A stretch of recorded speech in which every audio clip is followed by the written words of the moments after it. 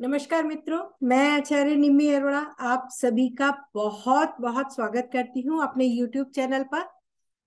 मित्रों, बहुत दिनों बाद मिले हैं और आज मैं आपको जो योग बनते हैं वो कब और किस प्रकार कार्य करते हैं या कार्य करेंगे तो कैसे करेंगे, योगों के बारे में थोड़ा सा बताने जा रही हूँ। क्योंकि आपको याद होगा, पिछले काफी समय से मैं श्री वीपी गोयल जी के साथ कुछ YouTube पर आपको हम कुछ सूत्र देते हैं और योग बताते हैं।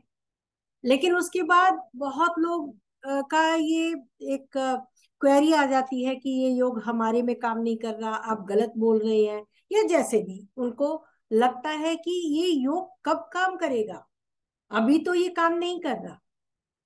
तो इसी को समझाने के लिए मैं ये एक छोटी सी YouTube के माध्यम से आप लोगों को बताने आ रही हूँ। तो मित्रों, योग कब काम करेंगे, कुंडली में योग किस प्रकार और कब कार्य करते हैं, आज हम इसके बारे में जानेंगे। उससे पहले आपसे आपको मैं बता दूं कि श्री वीपी गोयल जी के साथ हम चतुर्थांश वेबिनार यानी D4 वर्गाचार्ट जो है उसके ऊपर वेबिनार लेके आ रहे हैं। 12 मार्च से 2 अप्रैल तक ये वेबिनार चलेगा। प्रत्येक रविवार 1 घंटा क्लास होगी, जिसमें सर हमें प्रॉपर्टी प्रॉपर्टी से सुख या दुख, विदेश में निवास, स्थायी निवास या अस्थायी निवास, या आना जाना या कब होगा जाना, और वाहन का सुख या वाहन से दुख, और चतुर्थांश और भाग्य चिंता। सर इसे भाग्य चिंता, क्योंकि इस वर्गाचार्ट को भाग्य चिंता भी बोलते हैं, तो सर उसके बारे में भी हमें बताएंगे। जो लोग भी जुड़ना चाहते हैं वेबिनार से वह मुझे ईमेल करें या व्हाट्सएप 9810413384 पर मुझे मैसेज कर सकते हैं। तो मित्रों, आज इस योग के बारे में जानने के लिए मैंने जो रिसेंटली एक अभी हमारा योग हमने बताया था छठे और सातवें भाव के स्वामियों का, उस पर जो हमारे व्यूवर्स के कमेंट्स आए हैं, उन्हीं कमेंट्स में से मैंने 2 चार्ट सेलेक्ट किए हैं। 2 ऐसे व्यक्ति जिन्होंने अपना डिटेल दिया हुआ था, उन्हीं के डिटेल के ऊपर मैं ये आपको समझाने जा रही हूं। अब सबसे पहले, कोई भी योग अगर कुंडली में होता है तो आपको ये जानना आवश्यक है, क्या आपका लगन बली है। लगन का बली होना बहुत आवश्यक है, क्योंकि लगन ही वह शरीर है जिसके लिए, जिसकी कुंडली पर कोई भी योग बनता है। उसके बाद योग हमारी कुंडली में कई प्रकार से बनते हैं। पराशर जी ने अनेक योग बताए हैं, जिनका कि मुझे लगता है कि आपको धीरे धीरे सभी के बारे में जानकारी देनी ही पड़ेगी।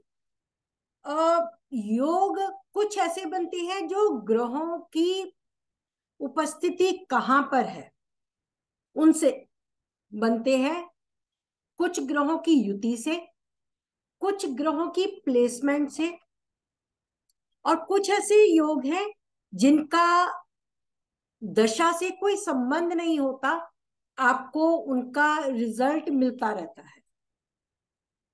तो उनमें से बहुत से ऐसे योग हैं जिनका केवल दशा पर निर्भर करता है कि जब दशा आएगी तब वो ग्रह काम करेंगे, तब वह योग जो आपका जागृत होगा। अब ये जो 2 चार्ट दिए गए हैं उनमें एक पहला चार्ट है 22 सितंबर 1979, 15:33 बिहार के हैं ये, जिन्होंने अपनी डिटेल उस वीडियो के ऊपर दी है, उसी को मैंने उठाया है। तो आप देखें, शनि लग्नेश है और लग्नेश होकर अष्टम भाव में है, और लगन पर मंगल की नीच दृष्टि है, यानी लगन भी कमजोर है और लग्नेश भी कमजोर है, लेकिन वो कारक है आयु का, आयु भाव में है, राहु और गुरु के साथ है। तो ऐसे व्यक्ति चाहे बीमार हो जाएं, चाहे मृत्यु शैया पर मृत्यु तुल्य कष्ट भोगे, लेकिन मृत्यु नहीं आती है, आयु लंबी कर दी।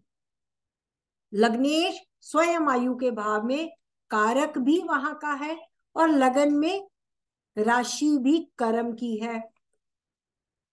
अब जो सर ने रूल बताया था छठे और सातवें भाव के स्वामी का, बुध और चंद्रमा, इन्होंने लिखा मेरा बुध और चंद्रमा नवम भाव में युति कर रहा है। बिल्कुल सही है, चंद्रमा और बुध की युति है यहाँ पे। और ये योग क्यों नहीं फलीभूत हो रहा अभी तक, इतना क्यों नहीं फलीभूत हुआ? तो देखिए इस कुंडली में शूल योग कितना प्रबल है। सभी ग्रह कुंडली के केवल 3 भावों में हो तो आपका शूल योग बनता है, और यह शूल योग बहुत ही बली है, क्योंकि नवम भाव में 4 ग्रह, अष्टम भाव में 3 ग्रह, और छठे सातवें भाव में 1 ग्रह नीच का मंगल। यहां पर अगर आप देखें तो चंद्रमा सूर्य के साथ अमावस में भी है। सूर्य और चंद्रमा क्लोज डिग्री तो है, चाहे वो चंद्रमा 16 डिग्री है, 12 डिग्री से ऊपर निकल गया और सूर्य से आगे निकल गया, किंतु अमावस के कितने करीब, अभी जस्ट वो निकला नहीं है पूरी तरीके से, उसी भाव में है। अमावस भी है और चंद्रमा उच्च के बुध के घर में है। उच्च का बुध, जहां बुध चंद्रमा को मित्र नहीं मानता, यानी सप्तमेश षष्ठेश का मित्र नहीं है, और षष्ठेश बली है, रोग बली है। लग्नेश रोग भाव में है। शनि पापी ग्रह लगन को नहीं देखता, तो रोग भी इसका बली होगा। यहां पर सबसे बड़ी बात, जन्म समय चंद्रमा की दशा थी। शुक्र के लिए शनि और शनि के लिए शुक्र योग कारक है, जो कि योग कारक उच्च के बुध के साथ मित्र की राशि में पंचमेश होकर शुक्र बैठा है, और छठे और सातवें का स्वामी भी वहां बैठा है। अब सवाल ये उठता है कि फिर भी ये उच्चता क्यों नहीं दे रहा? तो आप देखिए, जन्म चंद्रमा की दशा में हुआ, 79 ईयर का बर्थ है, तो अभी तो इनकी शनि की दशा भी शुरू नहीं हुई। शनि शुरू होगा 19 साल, फिर बुध की आएगी, योग मिलेगा, फिर केतु, फिर शुक्र, तो बुढ़ापे में योग मिलेगा, यानी उच्चता का स्थान बुढ़ापे में है। इसी प्रकार से एक और चार्ट है, 21 जनवरी 1980, 438 राजस्थान का है ये भी मैंने व्यूवर्स चार्ट जो कमेंट्स आए हैं उन्हीं में से किसी एक पर्सन का चार्ट लिया है।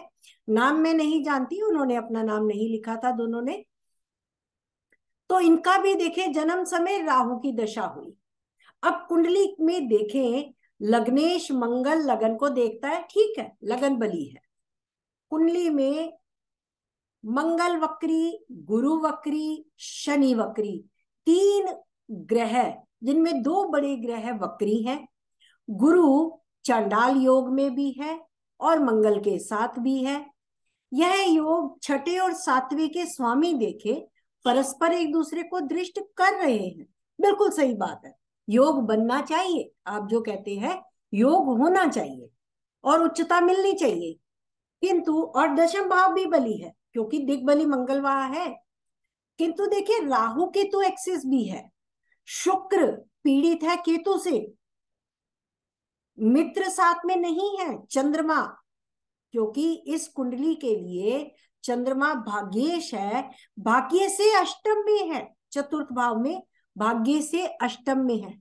चंद्रमा भी दिग्बली है, मंगल भी दिग्बली है, कुंडली में योग बिल्कुल बनता है, किंतु साथ में पाप ग्रहों का प्रभाव भी है। और लग्न चाहे अपने स्वामी से दृष्ट है, किंतु शनि से भी दृष्ट है, और वो शनि भी वक्री है। यानी इन्हें उच्चता अपने उच्च के कर्मों से ही मिलेगी, अपनी बहुत मेहनत से मिलेगी। जहां मंगल बैठ गया वहां वो एनर्जी तो बहुत दे देगा, लेकिन ये मंगल एनर्जी को दुगना करके देने की बात कर रहा है कि आपको जितनी एनर्जी है उससे ज्यादा लगानी है, क्योंकि मंगल वक्री है। गुरु भी यहाँ वक्री है और राहु साथ में बैठा है। एनर्जी का लेवल फुल है, किंतु फिर भी कहीं ना कहीं इन्हें पीछे पैर करना पड़ता है, क्योंकि ग्रह आपसे बार बार मेहनत मांगता है।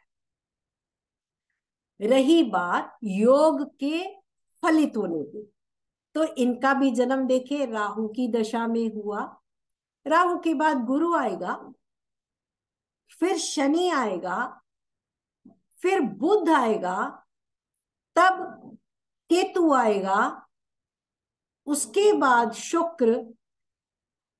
तो आप सोचिए शुक्र कब आएगा, और मंगल की तो दशा ही नहीं आएगी, क्योंकि राहु में जन्म हुआ है तो मंगल की दशा तो नहीं ही मिलेगी। योग बनते हैं, किंतु उन योगों के बनने के बाद आपकी लाइफ में वह कब जागृत हो रहा है उसे भी पहचाने, इसको समझिए।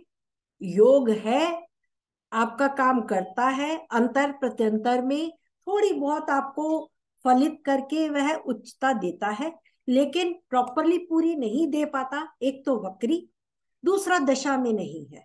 तो जो भी ग्रह दशा में नहीं है वो अपनी फुल पावर आपको नहीं दे पाता है।